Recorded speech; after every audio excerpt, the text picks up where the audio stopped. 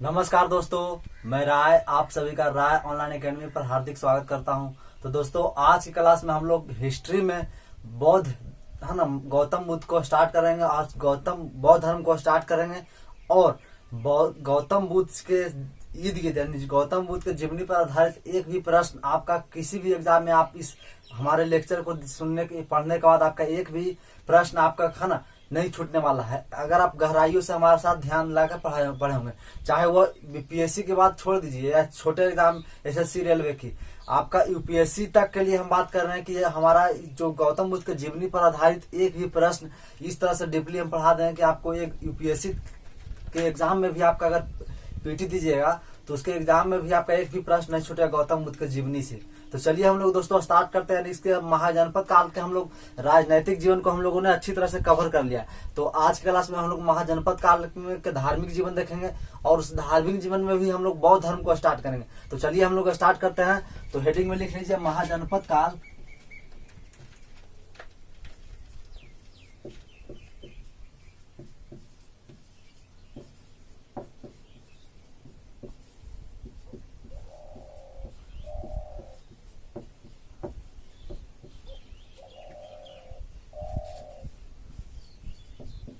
महाजनपद काल के सामाजिक जीवन। तो महाजनपद काल के सामाजिक जीवन हेडिंग दे दीजिए। उसके बाद हम लोग स्टार्ट करते हैं बौद्ध धर्म।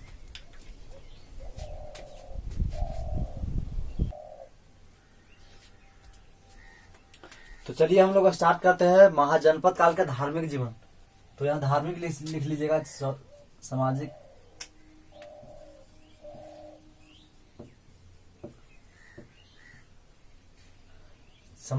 धार्मिक जीवन धार्मिक जीवन। और धार्मिक जीवन में भी हम लोग आज पढ़ेंगे, स्टार्ट करेंगे बौद्ध धर्म।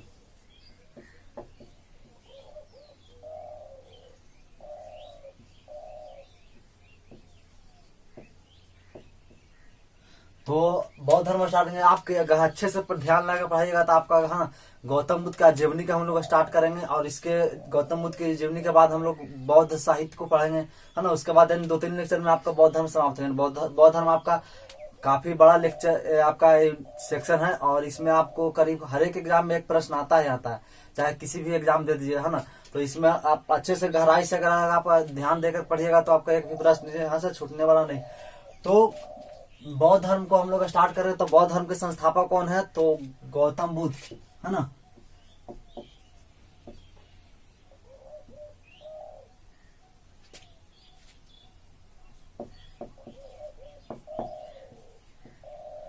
संस्थापक कौन है? तो गौतम बुद्ध,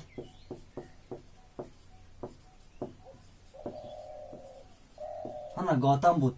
तो चलिए हम लोग अब गौतम बुद्ध के जीवनी पर आधारित सभी प्रश्नों को डिटेल से स्टडी करेंगे। तो गौतम हम लोग एक नक्शा से समझेंगे, तो जिसे आसानी से आप समझ पाइएगा। तो एक नक्शा हम लोग बना लेते हैं।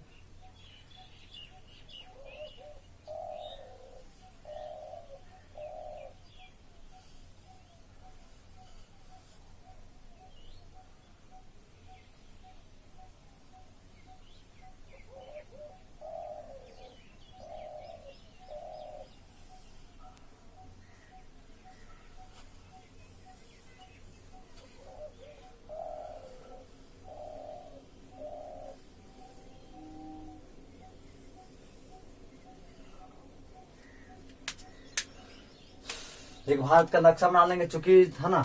तो देखिए गौतम बुद्ध के बारे में, गौतम बुद्ध का नेपाल के एक जगह है ना। नेपाल में एक, ये आपका पूरा सेक्शन नेपाल है और नेपाल में एक तराई जगह है ना। तराई, नेपाल के तराई में एक कपिल वस्तु के एक लुम्बिनी का नाम है, लुम्बिनी,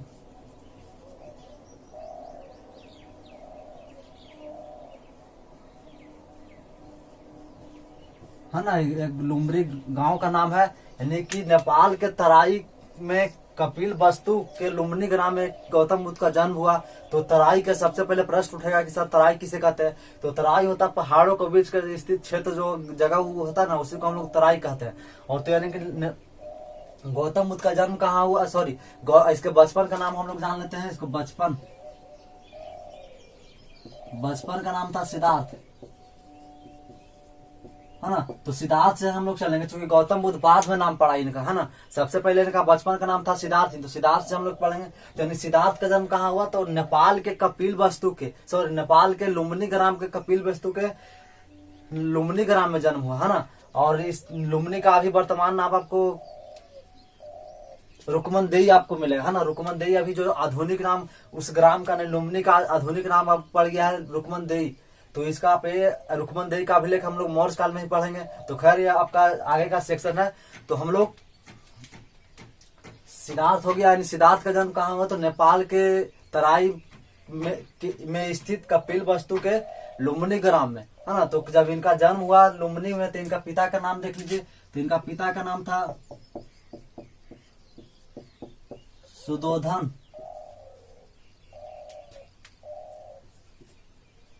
और माता का नाम था महामाया।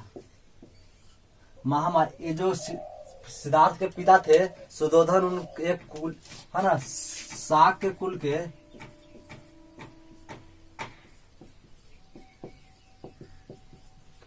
ये शाक के कुल के राजा थे। यानी कि उस समय कुल का, यानी कि जो सामाजिक जीवन राजनीतिक जीवन में सबसे छोटा प्रशासन का इकाई क्या था, कुल। तो कुल के यानी कि शाक के कुल के राजा थे। और इनकी माता थी जो कोलीय कुल की थी, कोलीय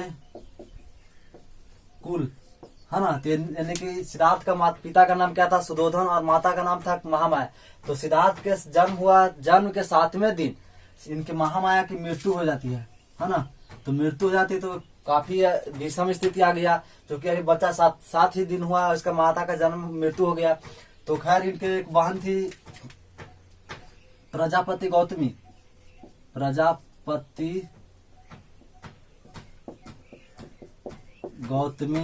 ने, इनके बहन महामाया की ही एक बहन थी प्रजापति गौतमी, यानी सिद्धार्थ के मौसी ने इनका पालन पोषण किया, किसको, तो सिद्धार्थ को। तो एक खैर पालन पोषण किया। तो सिद्धार्थ के चूंकि शुरू से ही, तो जब जन्म हो गया तो कुछ दिन बाद इनके जो पिता थे यानी कि मौसी होगी, इनको एक, जैसे आज भी देखे होंगे जनरली आपका ज्योतिष अगर आपके यहाँ आएंगे यानी ऋषि मुनि, तो आप उनको बोलते हैं कि बाबा हथवा देख लीजिए तो किसका क्या लिखा हुआ है ना, ये आगे चलकर क्या बनेगा। तो ठीक उसी प्रकार सिद्धार्थ के पिता ने इस तरह का काम करवाया। और उस समय के प्रसिद्ध ज्योतिष थे आपका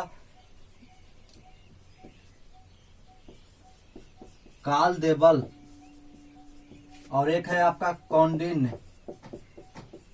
उस समय के प्रसिद्ध कौन थे, काल देवल, और एक कौंडिन्य एक प्रसिद्ध ज्योतिष थे, है ना। तो उस समय यानी कि महाजनपद काल में काफी प्रसिद्ध ये लोग थे। तो इन्होंने एक दिन इनके दरबार में आया, इनके तो सुदोधन के दरबार में आया, तो इन्होंने हाथ दिखवाया। तो इन्होंने कहा कि ये सिद्धार्थ सबसे बड़ा प्रतापी राजा बनेगा या एक सन्यासी बनेगा, राजा बनेगा या सन्यासी बनेगा।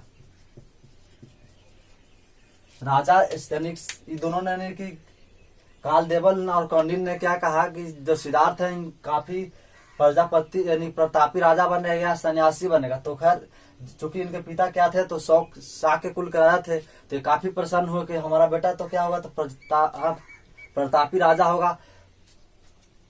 कौन, सुदोधन, है ना। सुदोधन तक काफी सिद्धार्थ से काफी प्रभावित है, देखा कि हमारा जो, हम तो खुद राजा हैं, तो हमारा बेटा भी क्या होगा, तो राजा होगा। यानी सन्यासी पर गौर ही नहीं किए कि जब हमारे यहाँ जन्म हुआ तो प्रतापी राजा बनेगा, चूंकि उस समय राजा का बेटा ही राजा बनता था। तो जैसे आज ही देख लीजिए कि मान लीजिए किसी विधायक का बेटा है, तो विधायक का जन्म हुआ और उसको कोई ज्योतिष हाथ देखकर बताया कि ये आगे चलकर आपसे भी बड़ा प्रतापी नेता बनेगा, यानी यार विधायक MP बनेगा, और एक और ऑप्शन लगा दे कि या तो यह शराबी निकलेगा, तो वो ज्यादा विश्वास शराबी पर नहीं करेगा, क्योंकि उसका जन्म उसने खुद तो विधायक है, तो उसके यहाँ तो उसका जन्म हुआ तो विधायक, तो ये सोचेगा कि हमारा बेटा हमसे बड़ा यानी विधायक, सांसद यानी मुख्यमंत्री बन सकता है। तो यानी सिद्धार्थ के पिता सुदोधन ने ज्यादा ध्यान कहाँ दिया, तो प्रतापी राजा पर ध्यान दे कि हमारा बेटा प्रतापी राजा आगे चल के बनेगा। लेकिन सिद्धार्थ शुरू से आध्यात्मिक जीवन में रुचि रखते थे, यानी आध्यात्मिक मतलब वेद पढ़ना, पुराण पढ़ना, सारी चीजों को अध्ययन करते रहते थे। तो है ना अध्ययन करते रहते थे, तो यानी सुयोधन का लगा कि लगता है कि ये प्रतापी राजा नहीं सन्यासी की ओर बढ़ रहा है, यानी कि सन्यासी की जो रिलेटेड जो एक्टिविटीज होती थी, क्रियाकलाप है, वो करने लगे, यानी कि जो आध्यात्मिक जीवन में है ना रुचि रखने लगे, यानी कि वेद पढ़ना ये सब कौन कर सकता है, तो सन्यासी नहीं कर सकता, तो ये सन्यासी जीवन में यानी कि एंट्री करने लगे। तो सुयोधन को लगा कि लगता है कि रास्ता भटक गया है, ये प्रतापी राजा न बनकर किधर की ओर चल दिया है, सन्यासी बनने की ओर। तब कहा कि इसका कोई उपाय है, तो बहुत से लोगों ने यही फिर कहा कौन, तो कालदेव और कौंडिन्य कि इसका उपाय तो नहीं है, लेकिन हाँ एक उपाय है, इसको शादी करवा दो तो उसकी पत्नी कंट्रोल कर सकती है। तो इनको है ना तो शादी करवा। अरे आज भी देखो, जैसे कोई अगर लड़का बिगड़ जाता है तो उसको परिवार वाला कहता है कि इसको शादी करा दो तो कंट्रोल हो जाएगा, है ना। तो ठीक उसी प्रकार सिद्धार्थ को भी क्या हो गया, तो शादी करवा दी गई 16 वर्ष की अवस्था में, यानी कि 16 वर्ष की अवस्था में आपका शादी करवा दिया गया सिद्धार्थ को। किससे से? यशोधरा से। यशोधरा से 16 वर्ष की अवस्था में शादी, यानी काफी युवा अवस्था में सिद्धार्थ की शादी हो गई। किससे? यशोधरा से। और ये भी आपका कौन कुल के थी, तो आपका कोलिय कुल के थी, है ना। तो ये ध्यान रखिएगा। तो इनको चूंकि शादी हो गई इस कारण से करवाया कि इनको कंट्रोल करना, किससे? सन्यासी जीवन में जाने से इनको कंट्रोल करने के लिए शादी करवाया गया। तो खैर ये भी अपना बखूबी जो इसके एक्टिविटीज होती क्रियाकलाप उसको रोकने के लिए ये भी निभाई। लेकिन गौतम सिद्धार्थ निकले, है ना। ये इनको बातों में न रह कर ये यानी अपने पति को सिद्धार्थ खुश करने के लिए कभी लिपस्टिक लगाती, कभी ये लगाती, कभी वो लगाती, कभी पाउडर लगाती, तो है ना काफी अट्रैक्टिव करती ताकि हमारे पास अट्रैक्शन में आकर इस इधर सन्यासी जीवन की ओर सिद्धार्थ न जाए। लेकिन सिद्धार्थ चूंकि है ना उनका अलग ही अवतार के रूप में जन्म हुआ था, और साथ ही उनका क्या करना था, एक अपने आप को है ना दर्शाना था, लोगों के बीच दिखाना था। तो यानी कि 16 वर्ष के बाद अवस्था में शादी हो गया। तो शादी हो गया तो हर पत्नी चाहता है कि हमारा संतान हो, है ना। तो संतान काफी लंबे वक्त बीत गए, है ना। तो एक सिद्धार्थ और चूंकि सिद्धार्थ और यशोधरा के बीच रिलेशनशिप होता है, जो रिलेशनशिप ना हो काफी कम होने के कारण संतान भी नहीं हुआ। तो यानी कि बहुत लगातार मेहनत के बाद यानी कि यशोधरा ने है ना काफी यानी अपने आप को अट्रैक्टिव करने के बाद 12 वर्ष की बाद यानी 12 वर्ष बाद एक बेटा हुआ। किससे? तो यशोधरा से, है ना। यशोधरा से 12 वर्ष बाद बेटा हुआ। तो उस बेटा को चूंकि राजा के घराने के सिद्धार्थ थे, तो उस समय सिद्धार्थ तो जो दासी थी, तो दासी जाकर सिद्धार्थ के कही कि महाराज की जय हो, आपका एक पुत्र की प्राप्ति हुआ। तब वो तुरंत वहां से आपका सिद्धार्थ कहे कि सोचे कि है ना जो सिद्धार्थ चाह रहे थे कि हम लोग सन्यासी बने, और एक रास्ता का कांटा और उभर के आ गया। यानी पत्नी से तो परेशान थे ही, और एक और परेशान करने वाला गया पुत्र। चूंकि जब जन्म हुआ नहीं कि उस कंधे पर भार भी आ गया ना, एक पत्नी का भार और साथ में पुत्र का भार। तो इन्होंने कहा कि रास्ते का कांटा आ गया, यानी राहुल आ गया। यानी कि दासी को क्या कहा कि राहुल आ गया। तो दासी डायरेक्ट जाके नाम रख दी कि राहुल, है ना। राहुल यानी दासी जाके यशोधरा से कह दी कि सिद्धार्थ ने इनका नाम राहुल रख दिया। राहुल नहीं रखा कि कहे कि राहुल का अर्थ हुआ रास्ते का कांटा, यानी कहा कि रास्ते का कांटा, यानी राहुल कहे डायरेक्ट नहीं, रास्ते का कांटा ना कर इन्होंने डायरेक्ट क्या कहा कि राहुल का जन्म हुआ। यानी राहुल का देखिए, राहुल मतलब हुआ रास्ते और हुल मतलब होता कांटा, यानी रास्ते का कांटा। यानी अब चूंकि ये सोच रहे थे कि हम सन्यासी जीवन में प्रवेश करेंगे, है ना, सन्यासी जीवन में जीएंगे, आध्यात्मिक में रुचि इनका काफी बढ़ चुका था। तो ये सोचे कि तो एक और रास्ता का कांटा बनी। एक तो रास्ता का कांटा कौन थी? यशोधरा, एक पत्नी उनकी, और एक और डबल डोज आ गया, भार आ गया किस पे? कंधा पर, ये आपका राहुल इनका पुत्र के। तो ये दासी जाकर कह दिया यशोधरा से कि इनका नाम सिद्धार्थ ने राहुल रख दिया नाम। तो इनका यानी 16 वर्ष की अवस्था में राहुल नाम का पुत्र के प्राप्ति हुआ, है ना। उसके बाद तो सोचे कि सिद्धार्थ के अब तो जाना ही नामुमकिन है, चूंकि दो भार हो गया, तो पत्नी का भार ऊपर से पुत्र का भार। तो खैर सिद्धार्थ ने सोचा कि नहीं, हम इनको काफी आध्यात्मिक जीवन में काफी अभिरुचि थी। तो एक बार क्या हुआ कि ये जो है ना ये आपका सिद्धार्थ को सोचा कि इनकी एक अपने है ना राजमहल में इनको रखा जाता था, ताकि जो बाहर के जो अट्रैक्टिव जीवन है, जैसे बाहर का जो जीवन है, जैसे गरीब ये सब हो गया ना, तो बाहर के जीवनों से है ना नहीं मतलब जुड़ाव रखे, और जुड़ाव न रखने के कारण में आध्यात्मिक जीवन में कम मतलब की ओर न जाए। तो उनको है ना उसके कंट्रोल में एक मतलब दरबार में है ना एक क्षेत्र होता है, उसी को क्षेत्र में रखे। तो एक दिन काफी मतलब इनके पिता थे सुयोधन, तो सुयोधन के काफी है ना इन्हों परेशान करने के बाद यानी कि काफी मेहनत करने के बाद इन्होंने कहा कि हमको है ना राजमहल के बाहर भी हमने घूमने का मन है, यानी दृश्य देखने दीजिए, यानी क्या क्या बाहर के लोग कैसा रहते हैं, जीवन कैसा जीते हैं, कैसा है ना उनका खान पान क्या है। तो कहा कि ठीक है जाने देंगे। तो एक बार उनको क्या किया जाने दिया, यानी सिद्धार्थ को बाहर जाने दिया। लेकिन जब जाने से पहले जो इनके पिता थे सुयोधन, इन्होंने अपने क्षेत्र के सभी को जो जो जो बाहर के लोग थे उनको सभी को बोल दिया कि आप इस अपने घर में रहिएगा, इस समय यानी इस टाइम में आप घर से बाहर नहीं निकलेगा, क्योंकि एक आपका हमारे पुत्र क्या सिद्धार्थ इसमें घूमने के लिए जा रहा है और इसे हम नहीं चाहते हैं कि हमारा आपके जो आप जो क्रिया एक्टिविटीज कर रहे हैं वो हमारा पुत्र देखे, है ना। तो इसी के लिए क्या किया, तो जो भी उन्हें जो मेन जिस रास्ता से यानी सिद्धार्थ जाना था हमने राजमहल के बाहर घूमने के लिए, उस रास्ता में क्लोज करवा दिया, कि वहां के जो क्षेत्र यानी उस रास्ते में जो लोग रहते थे उनको सभी को क्या करवा दिया कि घिनवा दिएगा, पर्दा मरवा दिएगा। जैसे आज भी देखिए वो नीतीश जी कहे थे, शायद ध्यान में नहीं आ रहा है, एक प्रोग्राम में आए थे ना, तो प्रोग्राम में उनके जो वहाँ गरीब बस्ती में कुछ शायद उद्घाटन करने के लिए आए थे, तो वहाँ जो कपड़ा मरवा दिया गया, जो गरीब उसके आसपास तो थे ना उसको न जलाने के लिए कपड़ा मरवा दिया गया था। तो खैर उनकी एक सोच थी कि ऐसा इसलिए कर दिए। और एक एग्जाम्पल और उससे बड़ा तो मोदी जी निकले।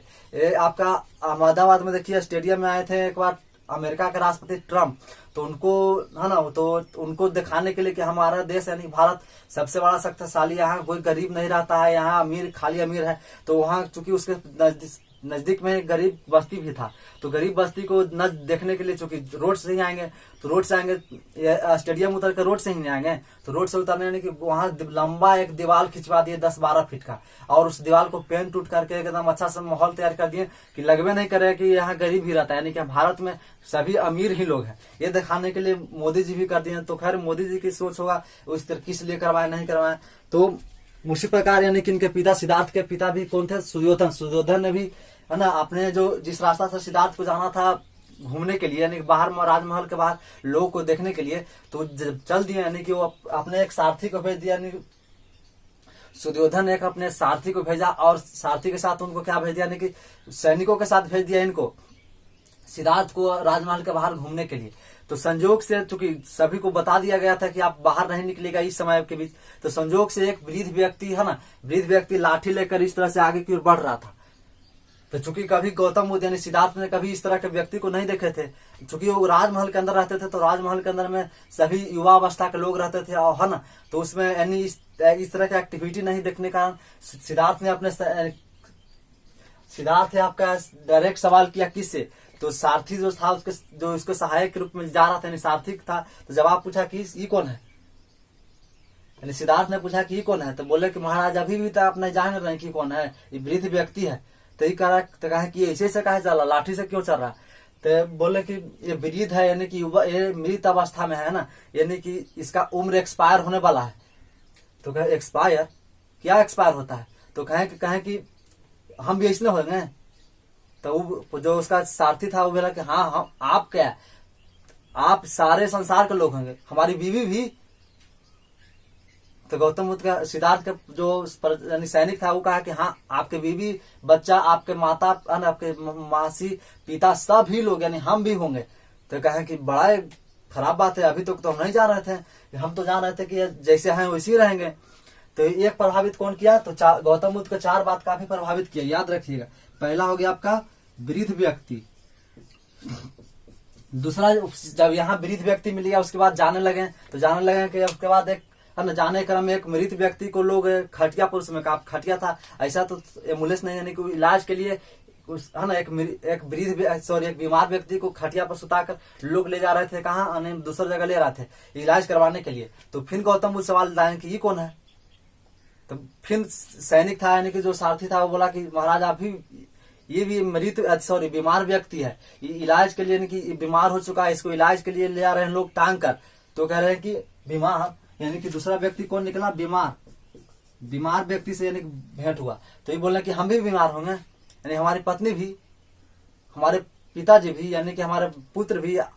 तो कहा कि महाराज ये सब का आप पूरा संसार बीमार होगा, है ना, हर एक संसार भी सब किसी न किसी बीमारी से ग्रसित है। तो कहा कि यानी 2 बात प्रभावित हुआ। तीसरा बात और आगे बढ़े तो तीसरा एक व्यक्ति मिल गया, किया तो मृत व्यक्ति मिल गया, मृत यानी कि लोग उसको टांग कर, कंधा पर टांग कर, है ना, शमशान घाट ले आ रहे थे। तो कि बोला, फिर गौतम बुद्ध सवाल दागे कि ये कौन है?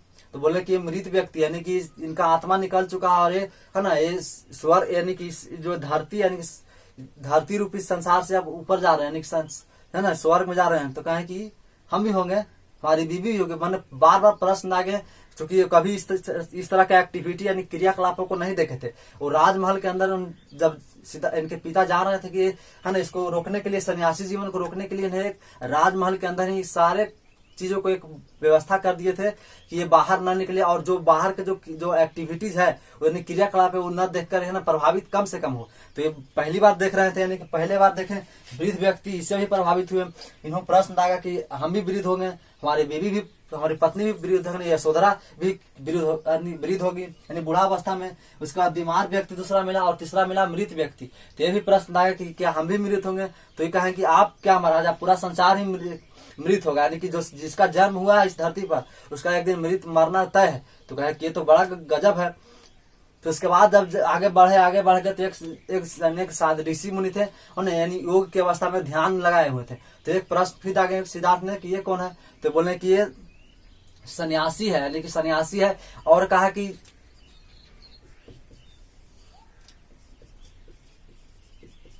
चौथा कौन व्यक्ति मिला? सन्यासी। तो सही कहे कि सन्यासी है, यानी कि चौथा व्यक्ति सन्यासी मिला। तो इन्होंने कहा कि, यानी सैनिक ने कहा, जो सिद्धार्थ के साथ गुजार रहे थे, सैनिक ने कहा कि इस तीनों का जवाब आपको इसी ही दे सकते हैं, यानी सन्यासी ही व्यक्ति, यानी कि इस तीनों का जवाब दे सकते हैं। वृद्ध क्यों होता है, इसका अगर वृद्ध न होने का उपाय क्या है, बीमार क्यों होता है और इससे बचने का उपाय क्या है, मृत की आखिर मरता व्यक्ति क्यों है, इससे मरने का यानी कि बचने का उपाय क्या है ना, इस सभी का जवाब आपको एक सन्यासी व्यक्ति ही दे सकते हैं। तो ये यानी कि सैनिक के कहने पर ये तो आओ अट्रैक्टिव हो गया कि आज तक जो हम नहीं जान रहे थे, हमारे पिताजी ने हमसे छुपा कर रखा था, वो चीजें जान गया। और इन्होंने कहा कि चलिए हम सन्यासी, यानी चारों कारण को हम जान के ही रहेंगे कि ये होता है तो क्यों होता, इसका उपाय क्या है ना। तो ये चारे जानने के लिए काफी प्रभावित किया। सबसे बड़ा कौन? तो सन्यासी जीवन। और ये सोचे कि नहीं, हम जानेंगे तो ये चारों फैक्ट है, चारों बातें जो प्रभावित किया गौतम बुद्ध को, यानी सिद्धार्थ को, जो है ना, ये सोचे कि अब हम जान के ही रहेंगे, चाहे जो भी है हालत, किसी भी हालत में। तो तब जब घर पहुंचे, है ना, जब घर लौटाने के बाद, सभी जगह घूम लेने के बाद जब घर पहुंचे, तो सबसे पहले प्रश्न अपने पिताजी सुयोधन से दागा कि वृद्ध व्यक्ति क्यों होता है, अगर ये वृद्ध है ना, इससे बचने का उपाय क्या है। उसके बाद मृत व्यक्ति अगर होता तो इससे बचने का उपाय क्या है, बीमार व्यक्ति क्यों होता है, इससे बचने का उपाय क्या है ना। तो तीनों प्रश्न पूछाते हैं। इनको बोले कि नहीं, सब छोटे मोटे ऐसी है, सब बातें हैं, इसने उन्होंने कहा कि टहला दिए। तो उसके बाद यानी कि जो सन्यासी जीवन था, काफी प्रभावित किया गौतम बुद्ध को। तो यानी कि हमेशा चिंतित रहते थे कि ऐसा क्यों होता है, आज तक हमारे पिताजी छुपा कर रखे थे, आखिर होता क्यों है, इसको हम लोग जान के ही रहेंगे, है ना। दृढ़ इच्छा हुई, कर लिया, फिर प्रभावित हुए। और यशोधरा और राहुल को दूर से, जितना यशोधरा और राहुल से प्यार हो गया, उससे कहीं ज्यादा प्यार इन चारों बातों पर हो गया। किसका? सिद्धार्थ का, कि हम इसको जान के ही रहेंगे, भले हमको कुछ भी त्यागना पड़े, है ना, त्यागना पड़े त्याग देंगे, लेकिन हम इस चारों बातों को जान कर रहेंगे। इसका क्या उपाय है, इसके हम बचने का क्या उपाय है, इसको जान के रहेंगे। तो यानी कि देखिए 16 वर्ष में यशोधरा से शादी हुई। उसके बाद 12 वर्ष में क्या हुआ, तो राहुल का यानी कि पुत्र का प्राप्ति हुआ। तो 12 6 क्या हो गया, 28, है ना, 12 और 16 28 हो गया। और 1 साल बाद, यानी इसके अपने पुत्र के 1 साल जन्म बाद, इन्होंने अपने ये तय किया कि हम अब हमें घर को छोड़कर, है ना, अब इसके लिए जानने, सन्यासी बनने के लिए चल दिए। तो यानी कि 29 वर्ष की अवस्था, 1 वर्ष बाद देखिए 29 वर्ष की अवस्था में घर छोड़ दिए। सारथी से बोले कि हमको रात में, है ना, रात में कहे कि चलो हमको साथ घर से बाहर, राजमहल से बाहर निकाल दो, चुपे कोई की जानने नहीं दिए। और रात में निकाल दिए अपने साथी के साथ। एक घोड़ा है ना, घोड़ा पर चढ़कर, घोड़ा का आपका प्रश्न पूछ सकता है, घोड़ा का नाम कंथक था और चन्ना था, है ना, आपका सारथी का नाम चन्ना था। तो यानी कि चन्ना सारथी के साथ चल दिए कहाँ, सन्यासी जीवन जीने के लिए। तो इनके यानी कि नेपाल में ही, चूंकि इनका जन्म हुआ था, तो नेपाल में ही एक है आपका अनोम नदी था, है ना, अनोम नदी में जब पहुंचे तो इन्होंने सोचा, काफी दूर घर से चल गए, तो इन्होंने अपने चन्ना और चलना का यानी साथियों का है कि हमारा जो वस्त्र पहन के आए हैं, जो राजमहल का वस्त्र है, राजकुमार का हम वस्त्र पहन के आए हैं, उसको उतार दिए और एक सन्यासी जो कपड़ा होता है, नहीं भगवा कपड़ा होता है, पहनकर है ना, सर मुंडवा कर एक सन्यासी जीवन में प्रवेश किया। यानी किस नदी के किनारे? तो नेपाल में ही अनोम नदी है, तो अनोम नदी के किनारे है ना, अनोम नदी किनारे सन्यासी जीवन में प्रवेश किए। सन्यासी जीवन को आपको कहीं कहीं आप लोग देखने के लिए मिलेगा प्रवज्या जीवन में प्रवेश किया, तो ये खास ध्यान रखिएगा। यानी कि किस नदी के किनारे सिद्धार्थ ने आप प्रवज्या जीवन में प्रवेश किया। प्रवज्या का अर्थ हुआ कि गृहस्थ जीवन से संन्यास जीवन में प्रवेश करना है, कोई हम लोग प्रवज्या जीवन, हाँ प्रवज्या जीवन कहते हैं। तो किस नदी किनारे? तो अनोम नदी किनारे, इस है ना, नेपाल में ही स्थित था। तो खैर, और उसके बाद बोलने अपने सारथी चलना को कि अब हमारा जो वस्त्र है वो लेके चल जाओ राजमहल, और हमारे पत्नी और पिताजी को कह देना कि अब हम लौट के कभी नहीं आएंगे। तो चल दिए सिद्धार्थ, और उसके बाद इसका सारथी था जो चल गया घर। तो जब इस सर मुंडवा कर संन्यास जीवन में यानी अर्थात प्रवज्या जीवन में प्रवेश कर लिए, तो इन्हें सोचा कि आखिर तो हम यहाँ तक तो आ गए हैं, तो यहाँ के बाद हम कहाँ जाएं। अरे आज ही आप जैसे एग्जाम्पल समझिए कि कोई बच्चा है अपने गार्जियन से गुस्सा होकर घर से बाहर निकल जाता है गुस्सा में, तो कुछ देर बाद तो गुस्सा रहने के कारण वो तो चल जाता है कि चलो।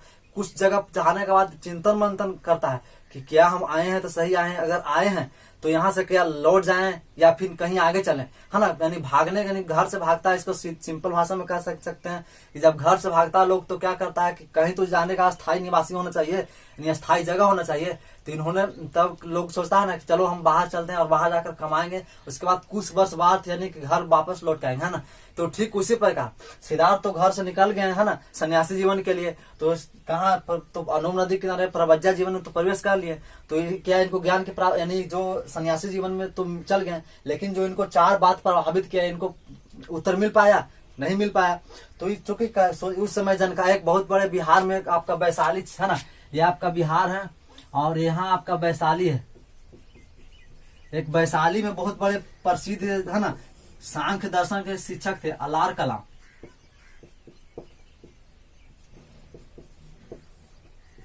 यानी सांख्य दर्शन के काफी प्रसिद्ध शिक्षक एक वैशाली में थे, है ना। कौन थे? तो अलार कलाम है ना। तो ये सोचे कि चल, तो अब हम चूंकि चलते हैं अलार कलाम के यहाँ।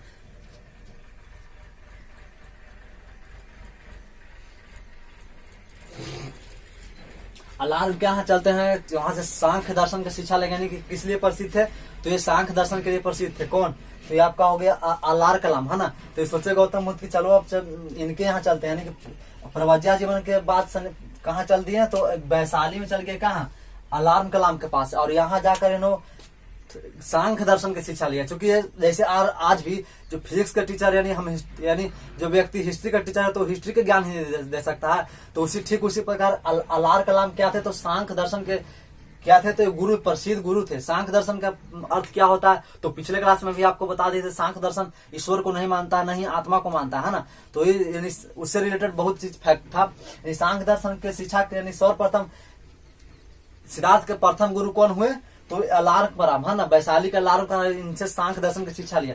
फिर जब ये शिक्षा ले लिया सांख्य दर्शन का सिद्धार्थ ने, तब फिर प्रश्न आ गए कि सर ये 4 बात हमको प्रभावित किया, इसको अभी तक जवाब नहीं मिला।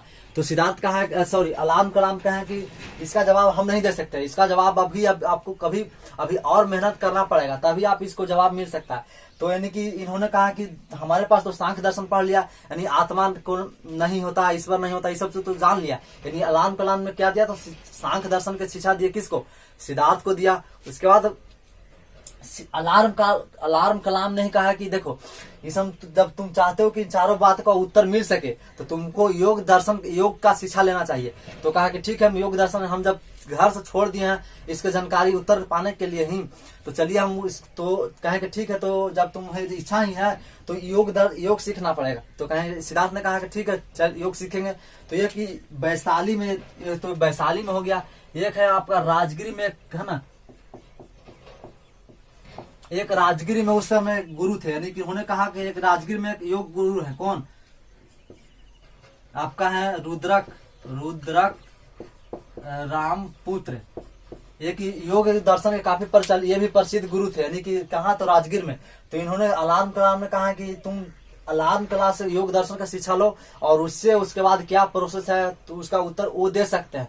तो कहा ठीक है चल दिए, यानी कि कहाँ चल दिए, तो चल दिए वैशाली से, अब कहाँ चल दिए, राजगिरी में। और राजगिरी में चल जाने के बाद रुद्रक राम, यानी क्या प्रथम गुरु कौन हुए, अलार कलाम, और द्वितीय गुरु कौन हुए, तो आपका रुद्रक राम पुत्र है ना। तो ये कहाँ के, राजगिरी में इनका निवास स्थान था, यहाँ भी शिक्षा देते थे। तो यहाँ से इन्होंने कहा, जब रुद्रक राम पुत्र से योग दर्शन का शिक्षा लिया, क्योंकि योग दर्शन यानी योग मतलब योगा करना, और चूंकि वो राजकुमार थे सिद्धार्थ, तो इनको योग करने में काफी कठिनाई होती है। जो व्यक्ति, अरे अभी मान लीजिए वो 28-29 साल का हो गया और कभी योग नहीं किया हो, और उसको योग करने के लिए दीजिएगा तो क्या वो योग पर कर पाएगा। और साथ ही भूखे जीवन है ना, कुछ खाए पिए भी उसको योग करना पड़ता था, क्योंकि जब सन्यासी ज्ञान प्राप्त करना है तो बिना खाए पिए आप ये नहीं कि मान लिए एक पैकेट मार लिए बिस्कुट या कुछ करके उसके बाद 1 घंटा ज्ञान प्राप्त करेंगे, वैसा थोड़ी ना पहले होता था। यानी ज्ञान प्राप्त करने के लिए भूखा भी रहना पड़ता था, और लोग रहते भी थे, है ना। तो इन्होंने चूंकि तो काफी प्रभावित, यानी काफी जो सिद्धार्थ था, सिद्धार्थ को काफी प्रभावित किया कौन, योग। क्योंकि 29 वर्ष की अवस्था में कभी योग नहीं करने वाला व्यक्ति को आज ही आप बोलिएगा कि योग करो तो योग नहीं कर पाएगा। हाँ करेगा, बार बार परिश्रम करने के बाद, यानी परिश्रम करना पड़ा किसको, सिद्धार्थ को। फिर भी योग इन्होंने सीख लिया, योग मतलब सीख लिया इस तरह से, है ना। समाधि की अवस्था में योग करना, यानी सभी तरह के जो योगा शिक्षा होता है, योग दर्शन, इन्होंने रुद्रक राम पुत्र से सीख लिया।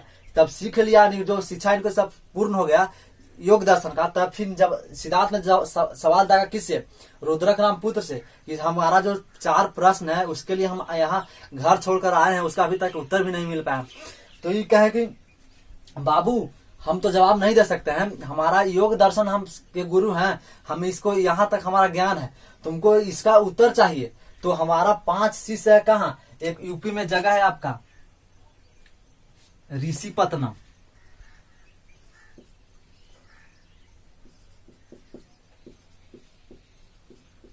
एक सारनाथ के आसपास ही जगह है ऋषिपत्नम। ये तो रुद्रक राम पुत्र का है कि बाबू देखो, जब तुमको इस सारे प्रश्न का जवाब चाहिए, यानी अर्थात तुम्हें ज्ञान चाहिए, इस सब का में ज्ञान चाहिए, यानी उत्तर चाहिए, तो हम तो उत्तर नहीं दे सकते हैं। इसके लिए तुम्हें कठिन परिश्रम करना पड़ेगा। और पहले से हमारा एक ऋषिपत्नम में 4 शिष्य, यानी 5 शिष्य वहां, है ना, इस तरह के यानी ज्ञान प्राप्ति के लिए पहले ही से यानी योग, है ना, ध्यान लगाए हुए हैं। 5 शिष्य यहाँ योग लगाए हुए हैं, किसका, रुद्रक राम पुत्र का।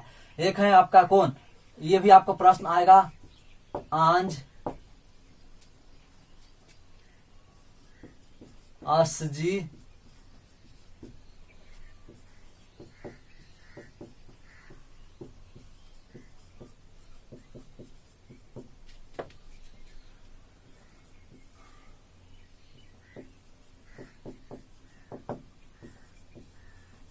हाँ नहीं, 5 शिष्य। पहला कौन शिष्य है, यानी कि रुद्रक राम पुत्र के 5 शिष्य, आंज जी, कोंडिन, महानाम, भद्दी, बप, यानी 5 शिष्य हमारे पहले से यहाँ, है ना, यानी ध्यान, यानी ज्ञान प्राप्ति के लिए यहाँ ध्यान लगाए हुए हैं। अगर तुम भी अगर चाहते हो कि तुम्हें भी ज्ञान की प्राप्ति हो, तो तुम भी इसके साथ जाओ और वहाँ इसके साथ लग जाओ। तो कहे कि ठीक है, हम घर से छोड़कर आए हैं इसी से हम प्रश्न के जानने के लिए, और आप कह रहे हैं कि नहीं। तो चल दिए आप कहाँ, सिद्धार्थ चल दिए तो राजगिरी से चल दिए कहाँ, ऋषिपत्नम, सारनाथ के, यानी यूपी में सारनाथ के आसपास का जगह है।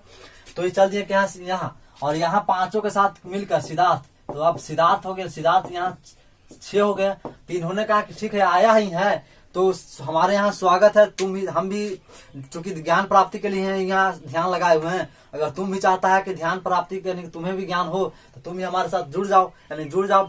कुछ कंडीशन है भाई हमारे साथ, क्योंकि हम लोग बहुत दिन से ध्यान लगाए हुए हैं, हमें अभी तक ज्ञान की प्राप्ति नहीं हुआ है, तो कुछ कंडीशन है। इस कंडीशन तो कहें सिद्धार्थ ने क्या कंडीशन है, तो हम लोग ध्यान लगाएंगे तो उसमें कोई बातचीत नहीं करेगा, है ना। जब ध्यान लगाएंगे तो सभी एक साथ लगाएंगे, क्योंकि एक दूसरे को डिस्टर्ब न हो सके, और है ना, यानी कि डिस्टर्बेंस क्रिएट करने के लिए एक, यानी गांव जंगल कह सकते हैं। ऋषिपत्नम में जंगल में लोग यानी क्या कर रहे थे, तो ज्ञान प्राप्ति के लिए ध्यान में कृत थे, यानी ध्यान लगाए हुए थे। तो सिद्धार्थ में ठीक था, यानी काफी कठिन, तो 29 वर्ष में घर छोड़े, उसके बाद काफी समय बाद इनके साथ क्या करना ध्यान में लगाए थे, लेकिन कुछ समय बीत गया है, उसके बाद भी इनको ज्ञान की प्राप्ति नहीं हुआ। तो एक दिन की बात है कि जब सिद्धार्थ और साथी पांचों साथी ध्यान लगाए हुए थे, उसी समय एक औरत उसके बगल से गुजर रही थी, कुछ औरतें, और उस औरत ने क्या कहा कि है ना, बिना की तार को इस तरह से न खींच दो कि वो टूट ही जाए, और बिना के तार को और इस तरह से ढीला ही न रखो कि कोई आवाज न निकले। तो सिद्धार्थ को दिमाग से तुरंत जवाब निकला कि है ना, कि भूखे पेट कोई कुछ काम नहीं हो सकता, भूखे पेट करेंगे तो हम मर भी जाएंगे और ज्ञान की प्राप्ति भी नहीं होगी। तो सिद्धार्थ ने सोचा कि अब भूखे पेट रहकर क्या ध्यान नहीं लगा, ध्यान हो ही नहीं सकता, भूखे पेट रहेगा तो चूहा कूदेगा, यानी चूहा का भूखे पेट कितने दिन तक कोई कर सकता है। तो यानी ये सब तो कर ही रहे थे साथ में। तो ये सिद्धार्थ ने सोचा कि दिमाग में ज्ञान आया कि जब वो महिलाएं कही कि बिना की तार को है ना बांध इस तरह से मत खींच दो कि वो टूट ही जाए, और इस तरह से ढीला ना रखो कि उससे कोई सुअर मतलब आवाज नहीं निकले। तो इन्होंने ज्ञान आया कि नहीं, हमको भोजन करना है। तो कुछ समय बाद एक स्त्री आई भोजन लेकर, और इनको भोजन दी, तो इन्होंने सीधा खाने लगे। तो खाने के क्रम में, क्योंकि महिलाओं जब खाना देगी परसेगी तो आवाज तो कुछ निकलेगा ही, तो आवाज निकलने के क्रम में सिद्धार्थ और उस महिला जो इनके भोजन दी तो बातचीत करने लगी, कुछ कुछ बात हुआ होगा। तो इन पहले यानी कि जो आसजी थे इनका ध्यान टूट गया, देखा कि सिद्धार्थ तो भोजन कर रहा, तो ये ध्यान तोड़ दिया इनको, और इस यानी आपस में सभी को ध्यान टूट गया। तो ध्यान टूट गया तो कुछ जब सिद्धार्थ भोजन कर लिए तो महिलाएं चल गई घर अपन। तो घर चलने के बाद ये पांचों जो साथी थे इनको काफी लजाया, इस बात किया कि तुमको पहले ही बोल देते कि तुम से नहीं होगा, यानी तुम राज घराने को हो और तुम ज्ञान की प्राप्ति के लिए, हम तो तुम्हारा तो ध्यान, तुम तो भ्रष्ट है ही, हमारा भी भ्रष्ट कर गया। हम लोग कितने सालों से ध्यान लगाए हुए हैं ज्ञान प्राप्ति के लिए, और तुम भोजन कर रहे हो। तो यानी काफी परवाह, सिद्धार्थ को अब शब्द बातें बोला तो सिद्धार्थ को काफी दुखी हुआ, और दुखी नहीं, ये पांचों शिष्य यानी पांचों जो साथी थे, सिद्धार्थ ने कहा कि जाओ, तुमको यहाँ कोई है ना, यानी कि तुम्हारा यहाँ ध्यान नहीं लगाने देंगे, तुम दूसरी जगह जाकर ध्यान लगाओ, हम यहाँ तुम लोग को, तुम्हारा कोई व्यवस्था नहीं है। तो सिद्धार्थ ने इनको है ना सबको निकाल दिया सिद्धार्थ को, और सिद्धार्थ कहाँ चल गए, तो अब फिर बिहार आ गए। सोचिए, बिहार में आ गए गया, देखिए बस, यानी कि त्रिशीपत्तनम कहाँ है, तो आपका सारनाथ, यहां से आ गए आपका बिहार, बिहार में आपका कहाँ आ गया, तो गया।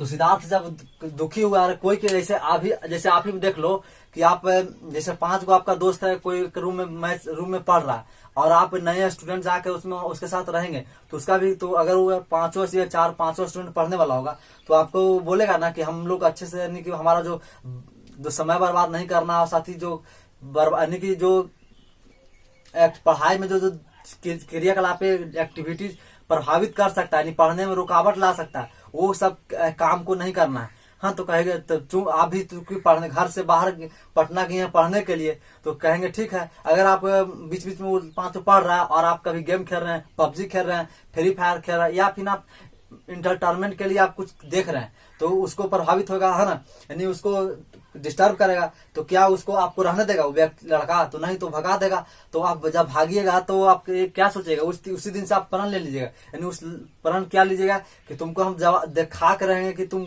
हमको भगाया ना है, तुमको दिखा कर रहेंगे कि तुम सबसे पहले हम नौकरी लेंगे। तो ठीक उसी प्रकार सिद्धार्थ को जब भगाया तो सिद्धार्थ का तुम्हें गुस्सा आ गया, और गुस्सा आ गया कि सिद्धार्थ को लगा कि जब हमको तुम भगाए ना है, तुमको हम इसका जवाब तुरंत अभी दिखा कर दिखाएंगे। तो सिद्धार्थ यहाँ से कहा, ऋषिपट्टनम से सिद्धार्थ चल गए गया, और गया में है ना बोध गया में चल गए, और बोध गया में अपना ध्यान को लगाए। तो इन्होंने एक प्रण लिए कि अब हम भोजन नहीं करेंगे, जो भी करेंगे है ना, जो भी करेंगे बिना भोजन किए हुए हम ध्यान में लगाएंगे। तो यहाँ ध्यान लगाए तो 49वां दिन को ज्ञान की प्राप्ति हुई। ये गया में किस नदी किनारे आपका हो गया, तो आपका हो गया निरंजना नदी है, इसको फल्गु के सहायक नदी है। तो गया में कहाँ आ गए, तो निरंजना नदी किनारे था ना, और एक बट ब्रिज यानी कि बरगद पीपल के ब्रिज के नीचे है ना, एक पीपल ब्रिज के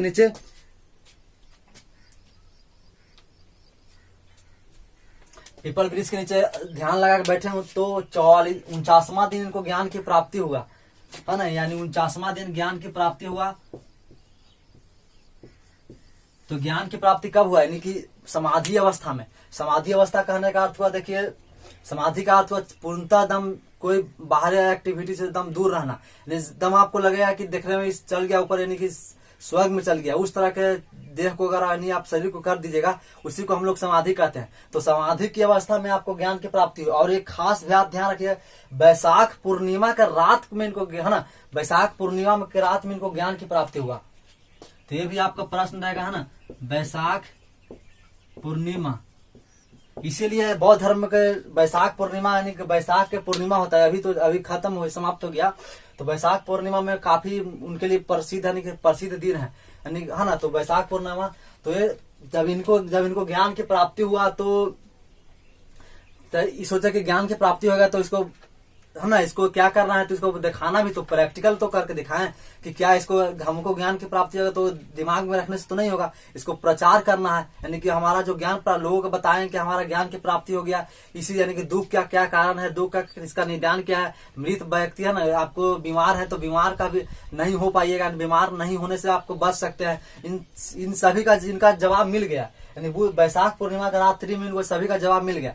तो सभी सोचा कि सबसे पहले, चूंकि आपको इनको भगाया था कौन, 5 साथी ने, तो सबसे पहले इन्होंने सोचा कि तुरंत इसको जवाब हम, चूंकि भगाया है तो इसको जवाब हम दे के ही रहेंगे। तो फिर गया से चल दिए कहाँ, तो आपका ऋषिपत्तनम में, सारनाथ में। और इन 5 को बोले कि हमको ज्ञान, तुम तो अभी तक ध्यान में लगाए हुए है, हमारा तो ज्ञान की प्राप्त यानी ज्ञान मिल गया, जिसके लिए हम घर से छोड़ कर आए थे, उसका हमारा जवाब मिल गया।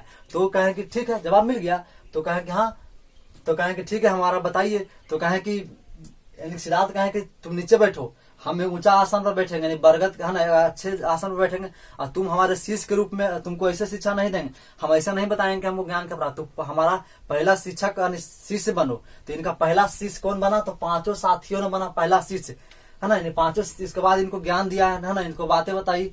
तो इसके बाद जैसे आज भी देख लिया आप, अगर आप तो घर से आप निकाल गए, यानी कि अगर आपको रूम का मेट है, जो रूममेट अगर आपको निकाल दिया है, तो आप, है ना, आपका नौकरी लग गया, तो आप सबसे पहले किसको दिखाना चाहिएगा, उस साथी को जो आपको भगाया था रूम छोड़ने के लिए, है ना, आपको अब शब्द बोला था। तो आप दिखाकर उसको क्या दिखाइए कि हमारा, देखिए आप वो बोलेगा कि उसके पास जाइएगा तो बोलिएगा क्या कि हमको नौकरी लग गया, तो क्या मान लेगा, नहीं। उसके लिए प्रमाण पत्र आपको दिखाना पड़ेगा, जो जहाँ जिस डिपार्टमेंट में आपका है ना जॉब लगा है। तो ठीक उससे पर उस समय तो जब कुछ प्रमाण दिखा नहीं सकते थे, तो प्रमाण के लिए सिद्धार्थ ने कहा कि तुम नीचे बैठो, हम आसन पर बैठते हैं, और तुम्हारा पहला शिष्य बनेगा, तब वही तुमको हम ज्ञान का बात बताएंगे।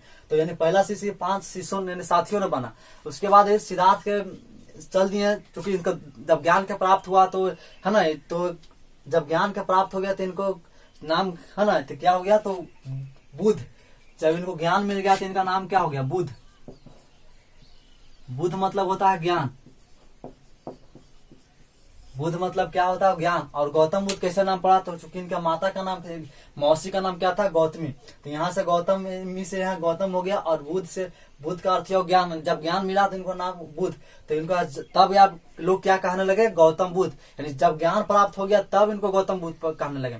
इनका बचपन का नाम था सिद्धार्थ, और ये आपको इनका और नाम देखने के लिए मिलेगा, आपका तथागत रहेगा, उसके बाद शाक मुनि, उसको हम लिखा देंगे उसका, है ना।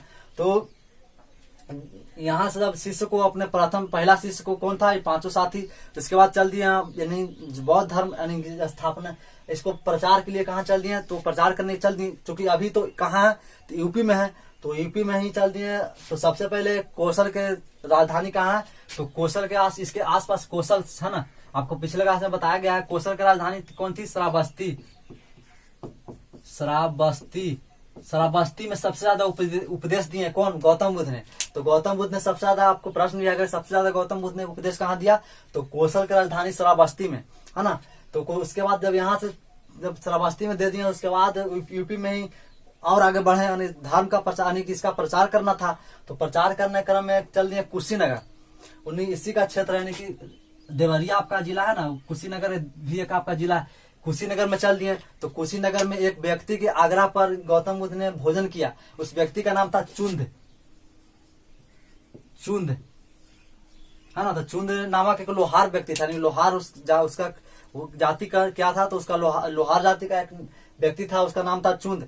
चुंद के यहाँ भोजन किया तो गौतम बुद्ध ने काफी उपदेश दिया, लोगों को बताया कि इस तरह से जियोगे तो दुख नहीं होगा, इस तरह से करोगे तो वृद्ध नहीं होगा, यानी कि तुम इस तरह से, यानी कि चारों का यानी तरह तरह के बातों को बताया। तो ये चुंद था, बड़ा हरामी निकला। इस सब गौतम बुद्ध से यानी कि कहा कि तुम बड़ा सन्यासी जी बता रहे हो अपने आप को, ऋषि मुनि, ठहरो तुमको हम दिखा देंगे। और एक दिन मांस के जो जिसको आपका है ना, मांस में जो आपका इनको मांस का जो अथी होता है आपका ग्रेवी, यानी कि देहाती भाषा में झोर कर सकते हैं। तो ये क्या कि जो ग्रेवी हो इनको भोजन में इनको दे दिए। तो जैसे ही बुद्ध ने इनका भोजन ग्रहण किया तो इनको पेट में दर्द हो गया और नॉर्मल हुआ, यानी जब भोजन किए कुछ समय बाद उनका पेट दर्द हुआ। तो पेट दर्द हुआ तो चूंकि रुकेंगे, हुआ नहीं, नॉर्मल हुआ तो सोचे कि चलो ठीक हो जाएगा, अपने आप पेट दर्द हुआ है ठीक हो जाएगा। उसके बाद चल दिया आगे, बढ़ते चले गए। तो कुशीनगर में आपका एक हिरणवती नदी है ना, हिरणवती, कुशीनगर में हिरणवती नदी किनारे इनका काफी पेट दर्द हुआ। और दर्द होने के कारण है ना इनको मृत्यु हो गई 80 वर्ष की अवस्था में। 80 वर्ष की अवस्था में इनकी मृत्यु हो गई। यानी कि पहला इनका जन्म कब हुआ था? 563 में इनका जन्म हुआ था ईस्वी पूर्व में, और इनकी मृत्यु कब हो गई? तो 483 ईस्वी पूर्व। यानी 563 में से आप घटा दीजिएगा है ना, तो यानी कि जोड़ दीजिएगा तो 483 निकल जाएगा है ना। इनका जन्म कब हुआ? तो 563 ईस्वी में जन्म हुआ पूर्व में, और 483 ईस्वी में मृत्यु हो गई। तो यानी कि गौतम बुद्ध का मृत्यु हो गई कब? तो कुशीनगर, हिरणवती नदी के किनारे कुशीनगर में इनको मृत्यु हो गई 80 वर्ष की अवस्था में। तो यह था आपका गौतम बुद्ध पर आधारित जीवन। और उस समय चूंकि इस समय जो राजा था मगध का, उस समय अजात शत्रु था। तो अजात शत्रु भी गौतम बुद्ध से काफी प्रभावित हुआ। तो इन्होंने प्रथम बौद्ध संगीति का बैठक किया, यानी है ना 483 इनको मृत्यु के बाद अजात शत्रु ने प्रथम बौद्ध संगीति का बैठक किया 483 ईस्वी पूर्व में, है ना। तो आपका प्रश्न आएगा तू खरा हम लोग आगे जब बौद्ध सहित यानी संगीति पढ़ाएंगे, बौद्ध संगीति की बैठक कब कब हुई उसको हम लोग डिटेल में देखेंगे। तो इसको हेडिंग में लिख लीजिए। पहले में हेडिंग में लिखिए महाजनपद काल का धार्मिक जीवन। महाजनपद काल का धार्मिक जीवन लिखिए। महाजनपद का लिखिए। पहला लिखिए बौद्ध धर्म। लिखिए बौद्ध धर्म के संस्थापक गौतम बुद्ध थे। गौतम बुद्ध हैं या थे लिख सकते, गौतम बुद्ध थे। लिखिए गौतम बुद्ध का बचपन का नाम, गौतम बुद्ध के बचपन का नाम सिद्धार्थ था। और साथ में लिख सकते हैं अन्य नाम ही आपका प्रश्न में कहीं कहीं मिलता है। तो लिखिए तथा अन्य नाम तथागत एवं शाक्य मुनि था।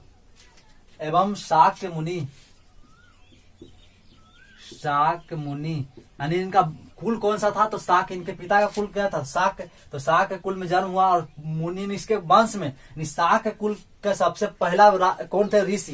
तो इसीलिए इनका नाम क्या था? तो शाक्य मुनि, यानी शाक्य कुल के सबसे पहला ऋषि ये बने सिद्धार्थ यानी गौतम बुद्ध। तो इन्हीं के इसीलिए इनका नाम क्या है? तो शाक्य मुनि। और एक आपका नाम क्या है? तथागत। तथागत का अर्थ हुआ जिसका सत है, ज्ञान जिसका, यानी जो ज्ञान होता है वो सभी सत हुआ। तो इनका नाम एक अन्य नाम क्या है? तो तथागत और शाक्य मुनि। उसके बाद देखिए इनके पिता का नाम, उस डैश देके लिखिए इनके पिता का नाम सुद्योधन था जो शाक्य कुल के राजा थे।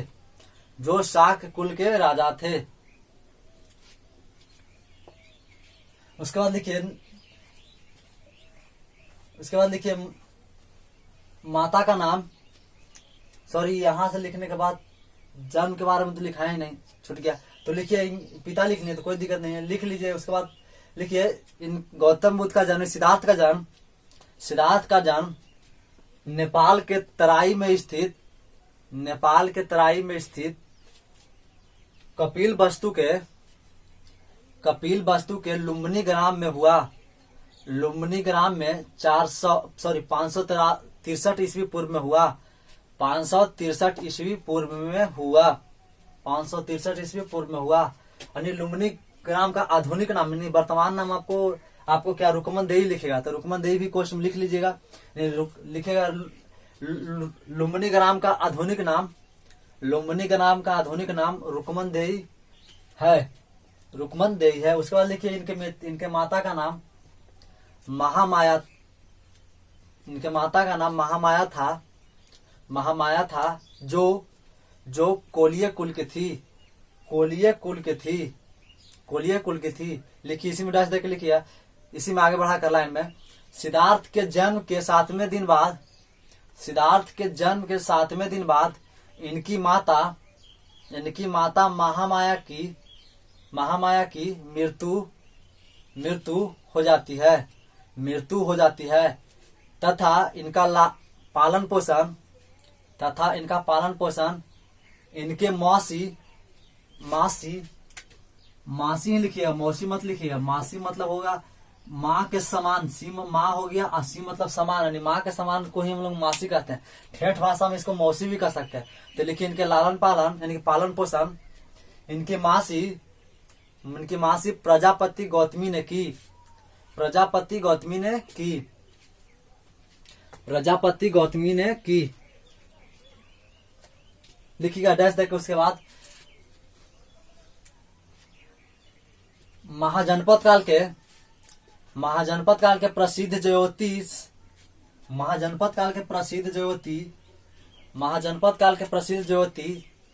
ज्योतिष कालदेवल और कौंडिन्य ने सिद्धार्थ को प्रतापी राजा या सन्यासी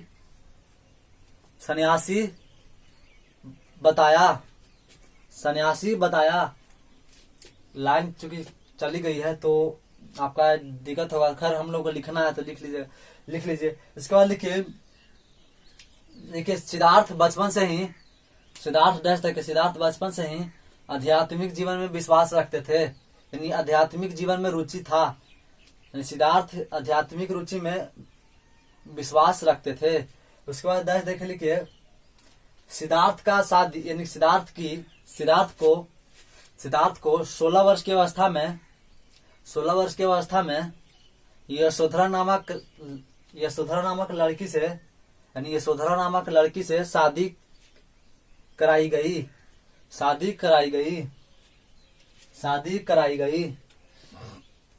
इसके बाद लिखिए सिद्धार्थ को चार बात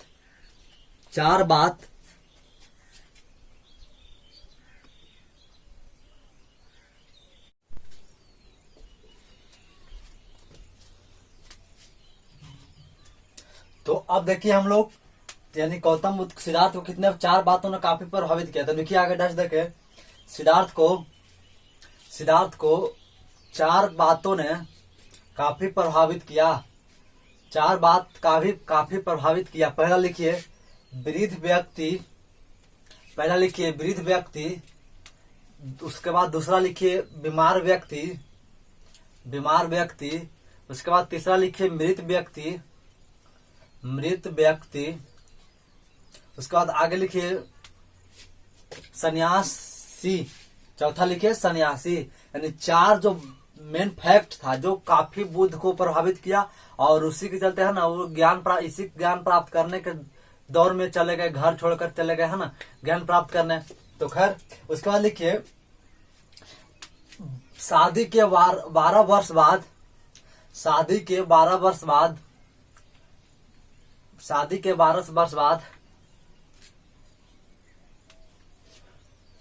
सिद्धार्थ को पुत्र की प्राप्ति हुई जिसका नाम राहुल रखा गया। तो यह था आपका राहुल के बारे में। उसके बाद लिखिए राहुल, अगला डैश देखे राहुल के जन्म के 1 वर्ष बाद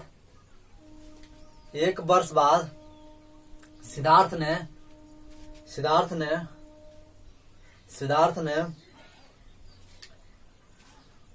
अनोम नदी के किनारे अनोम नदी के किनारे अपने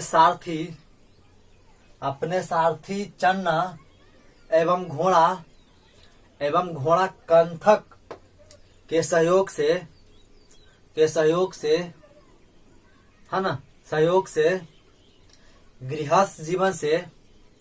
गृहस्थ जीवन से सन्यासी जीवन में प्रवेश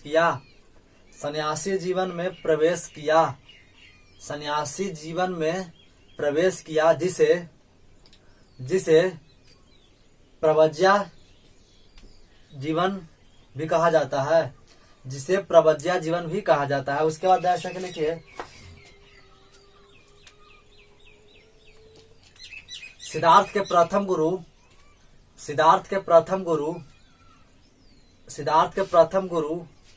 वैशाली के प्रसिद्ध सांख्य गुरु है ना। सिद्धार्थ के प्रथम गुरु वैशाली के प्रसिद्ध सांख्य गुरु अलार कलाम थे, जिनसे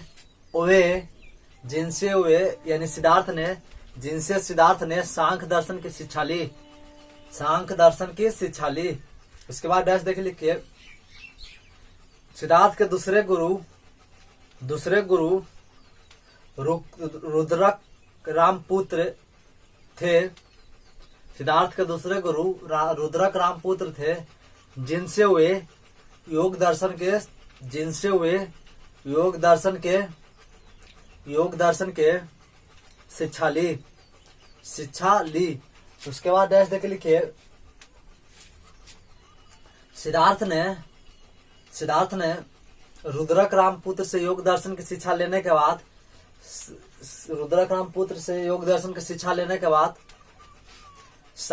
सारनाथ के ऋषि पतन में अपने पांच साथियों के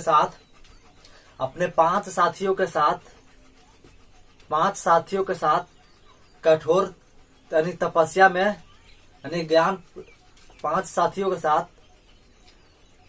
ज्ञान की प्राप्ति के लिए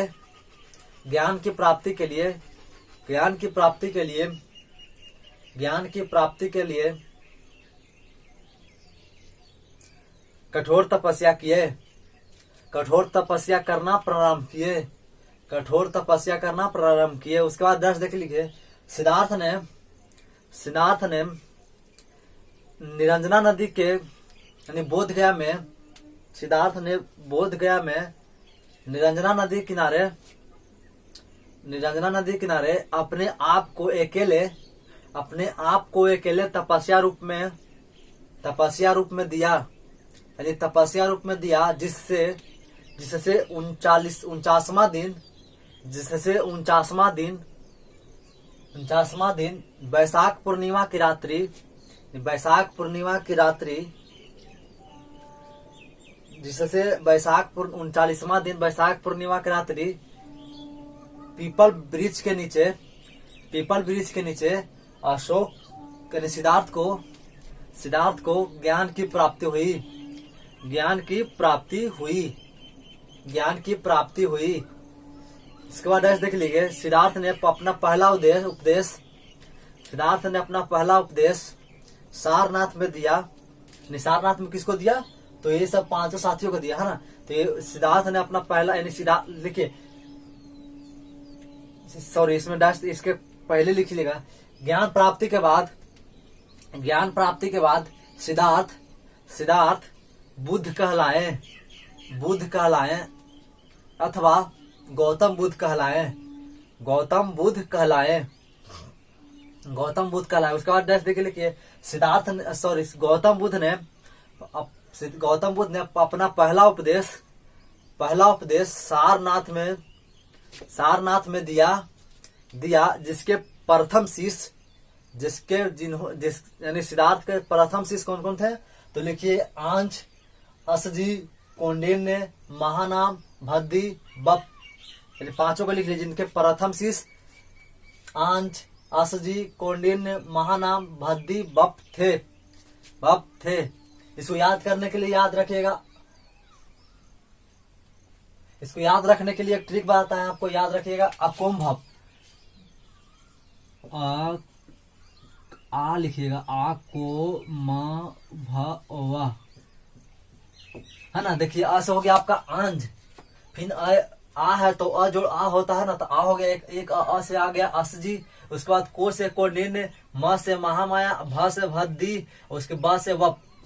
अकुंभव को शिक्षा दी, याद रखिएगा, है ना। यानी प्रथम शिष्य कौन कौन हुए तो याद करने के लिए रखिएगा याद, अकुंभव 5 शिष्य। उसके बाद लिखिए सिद्धार्थ ने सबसे ज्यादा उपदेश, सिद्धार्थ भी लिख सकते नहीं, सिद्धार्थ अर्थात गौतम बुद्ध ने, सिद्धार्थ अर्थात गौतम बुद्ध ने सबसे ज्यादा उपदेश कौशल की राजधानी श्रावस्ती में दिया। उसके बाद लिखिए गौतम बुद्ध ने बौद्ध धर्म के प्रचार के लिए, गौतम बुद्ध ने बौद्ध धर्म के प्रचार के लिए कुशीनगर पहुंचे,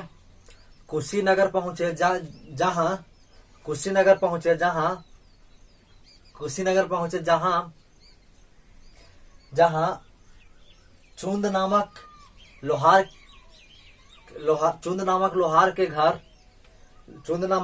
के घर भोजन किए, जिससे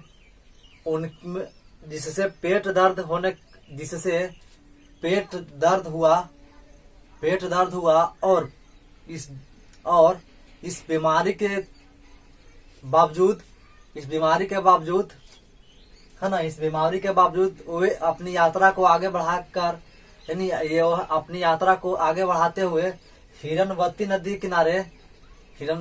किनारे उनकी 80 वर्ष की अवस्था में मृत्यु हो जाती है, यानी मृत्यु हो जाती है। तो मृत्यु कब हो जाएगी तो आपका, तो ये 483 ईस्वी पूरे में जन्म हुआ 563 में, तो इसमें हम लोग 80 बढ़ा देकर जोड़ेंगे तो चूंकि तो घटेगा, है ना। तो 483 ईस्वी पूर्व में मृत्यु है। तो लिख लिए गौतम बुद्ध की